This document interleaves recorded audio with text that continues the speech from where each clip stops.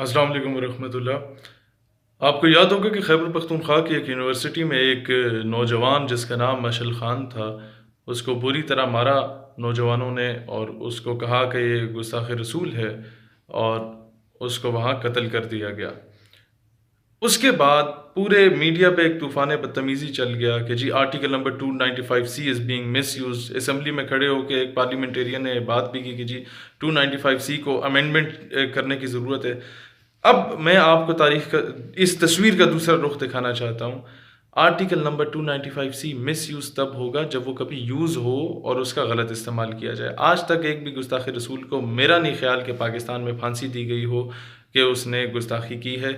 295C के तहत उसे फांसी किसी को भी नहीं हुई। तो मिसयूज़ तो वो चीज़ होती है जो कभी यूज़ हुई हो, यूज़ ही ना हुई हो तो मिसयूज़ कैसे। नंबर 2, मशल खान को मारने वाला कोई मौलवी कोई पीर नहीं था, उसे ANP और PTI के ही यूथ विंग के नौजवानों ने मारा था और उसका अपना ताल्लुक भी ANP से ही था।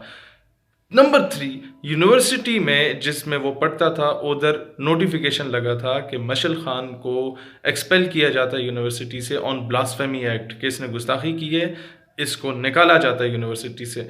जब ये नोटिफिकेशन लगता है तो पूरी यूनिवर्सिटी के नौजवान आग बगोला हो जाते हैं और जाके उसे मार आते हैं। नंबर 4, जब ये मीडिया पे ख़बर चल जाती है और ये सारे ये आंटी शमीम के जितने भांजे शांजे हैं जो लाल मस्जिद के सामने कैरेक्टरलेस एक्टिविटीज़ में इन्वॉल्व पाई जाती थी, वो सारे इकट्ठे हो गए। मैं नाम नहीं लेना चाहूँगा। और आसमा जहांगीर की जितनी नाजायज़ औलादें थी वो सारे इकट्ठे हो गए। उन्होंने जब प्रेशराइज करना शुरू कर दिया तो यूनिवर्सिटी ने फ़ौरन उस नोटिफिकेशन को गायब कर दिया।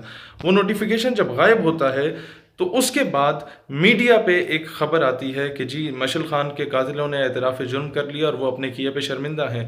नंबर 5, जब ये रिपोर्ट टीवी पे आती है उसी के साथ ही उन्होंने जो तहरीरी बयान दिया होता है उन कातिलों ने, उन्होंने ये लिखा होता है कि जनाब हमने मशल खान को लाइब्रेरी में भी, कैफेटेरिया में भी और कई ऐसी जगहों में, इवन इन द क्लासरूम और हॉस्टल में भी गुस्ताखियाँ करते देखा।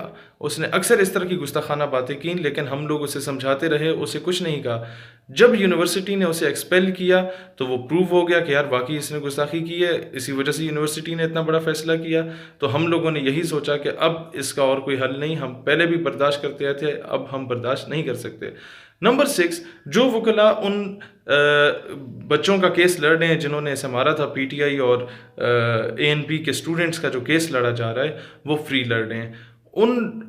और नंबर 7, जो मशल खान का सक्का मामू है और इसके कई ऐसे ख़ानदान के लोग हैं जिन्होंने मशल खान का जनाजा नहीं पढ़ा क्योंकि वो जानते थे कि इसका बाप और ये देरिये हो चुके हैं उनके नज़दीक, कि वो एथिस्ट हो चुके हैं। इसके अपने इलाके के कई लोगों ने मुझसे रब्ता किया जो कि कहते थे कि हम जनाजे के वक्त छुप चुके थे कि कहीं इसके वालिद को देख के हमें ज़बरदस्ती जनाजा ना पढ़ना पड़े।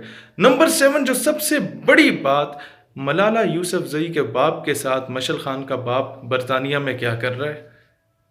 आखिर दाल में कुछ तो काला है।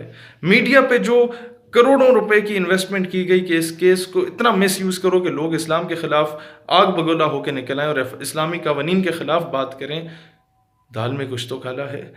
और मलाला यूसुफजई की असलियत आप सारे जानते हैं, जिसने अपनी किताब में कई बार आर्मी को कैरेक्टरलेस कहा, जिसने अपनी किताब में कई मरतबा ये कहा कि दाढ़ी वाले को देख के नाउज़ुबिल्लाह मुझे फ़िरौन याद आ जाता है। उसके वालिद के साथ मशल खान का बाप क्या कर रहा है? वो क्या इतना बड़ा करोड़पति था कि वहाँ बरतानिया में जाके सेटल हो जाए? अगर वो करोड़पति नहीं था तो उसे किन लोगों ने स्पॉन्सर किया? क्या मलाला के पीछे जो लॉबी काम कर रही है यही लॉबी मशल खान के पीछे काम कर रही है या नहीं कर रही? और नंबर 8, आपने किसी भी बंदे को जज करना होता है तो देखा ही करें कि उसके साथ जो एड़े गेड़े में लोग होते हैं वो कौन होते हैं। उसके आसपास के तमाम वो लिबरल लॉबी है जो कि हमेशा गुस्ताखाना खाकों के ख़िलाफ़ कभी नहीं बोली। वो लिबरल लॉबी है जो कि हमेशा कभी कोई हिंदू इस्लाम कबूल कर लेता है तो उन्हें आग लग जाती है। वो लिबरल लॉबी है जिन्हें इस्लाम के ख़िलाफ़ ज़रा सी कोई बात हो तो फ़ौरन आग बगोला हो जाते हैं, लेकिन बाजोड़ के 150 बच्चे जो शहीद होते हैं एक ड्रोन स्ट्राइक में, उन्हें उसका कोई ख्याल नहीं होता। तब उनके ये वो so called human right activist हैं कि जब एक ईसाई बेगुनाह मारा जाता है वैसे बेचारा चलते हुए तो उस पर हम भी मजम्मत करते हैं, ये उस पे आके उसकी आड़ में इस्लाम को बदनाम करते हैं। लेकिन योहानाबाद में जब 2 हाफिज़ कुरान को ज़िंदा जला दिया जाता है तब ये चुप हो जाते हैं। ऐसे लोगों को सांप सूंघ जाता है। ऐसे लोगों के मज़मूम जो इरादे हैं उनको नाकाम करने में मुझे आप लोगों का साथ चाहिए होगा, और बहुत जल्दी मशल ख़ान के उन तमाम क्लास फेलोज़ को भी मैं सामने लाऊंगा जिन्होंने कैटेगोरिकली आपको बताएंगे कि इसकी असलियत क्या थी और मीडिया पे जो कुछ बताया जा रहा था वो झूठ था।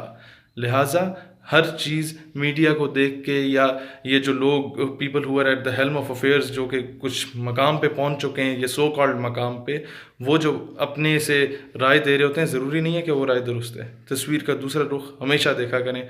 ऐसे ही लोग आज इस्लाम के ख़िलाफ़ बात कर रहे हैं और इस्लामी नज़रिया पाकिस्तान के ख़िलाफ़ बात कर रहे हैं, और ऐसे ही लोग पाकिस्तान के ख़िलाफ़ जितनी भी बगावत की मूवमेंट्स चली हैं उन सबको सपोर्ट भी कर रहे हैं। गवर्नमेंट ऐसे हालात में खामोश क्यों है? क्या यहाँ भी इंटरनेशनल प्रेशर है? डेफिनेटली है।